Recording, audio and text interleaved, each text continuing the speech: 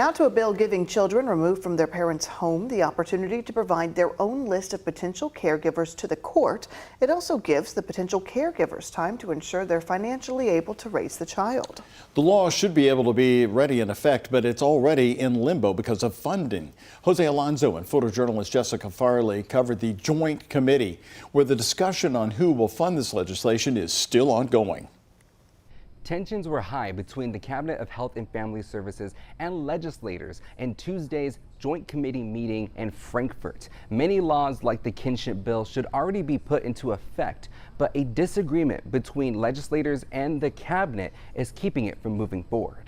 Tuesday's committee meeting for family and children was full of people seeking answers from the cabinet. When it comes to funding various bills like the Senate Bill 151, the cabinet says they've repeatedly asked the General Assembly for money. We don't have a policy disagreement on this bill. We have a funding disagreement. Fully support the goals of 151, but we feel we must have an appropriation in order to implement. But legislators disagree, as the author of the bill, Senator Julie Rocky Adams, says the law requires the cabinet to find the funding beyond their budget. Cabinet has full authority and autonomy to design this program the way that they need to with the available funds they have. The legislation seeks to allow children to recommend who they should live with and if a relative can afford to do so. Without this bill implemented, families won't be given extra time to figure out if they can afford to take part of kinship care, and leaving people like Norma Hatfield from benefiting from this law. I see something really wrong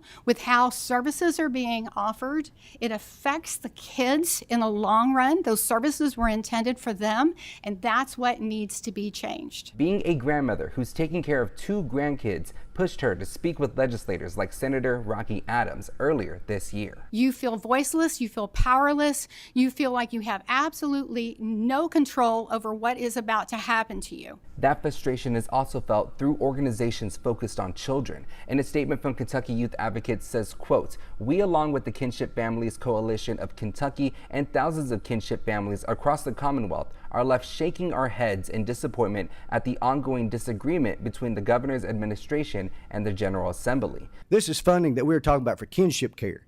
Some of our most needy families in this state. These are political games that have been played for the last 4 years, and it infuriates me that he continues to play them right now with these most needy families. Until this stalemate comes to a resolution, the kinship bill, along with others, will not see action. In Frankfurt, Jose Alonso, WHAS 11 on your side.